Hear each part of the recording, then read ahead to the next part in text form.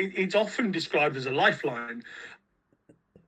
If you spent 10, 15, 20 years going to football with your friends or your family or your children, and then all of a sudden your life absolutely changes, and that's what a vision impairment, majority of vision impairments are. They're not lifelong. You know, a lot of them are changes in circumstance, like losing your hair or your knees hurting all of a sudden one morning, or having a bad back that you've not had for 30 years.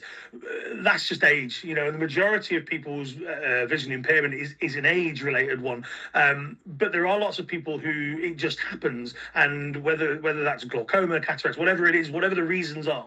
So if you'd gone to football for 20 years and you went with your husband or your wife or whatever, and the next thing you know is you can't now access that game in exactly the same way you did.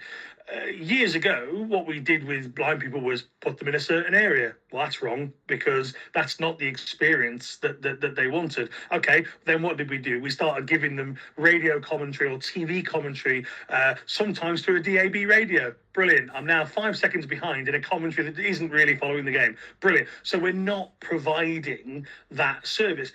But what we're trying to do is we're trying to give people their independence back of sitting with their mates, because they've had 5 pints in the pub because that was their football ritual, or they've come with their kids and they want to be able to talk about the game in the same way that you and I would straight afterwards, and we'd say, oh, I didn't think that was a penalty, and I thought the referee got that wrong, and actually it looked offside to me, yada, yada, yada. And AD, if done really well, enables a blind person to go, I don't think it was offside.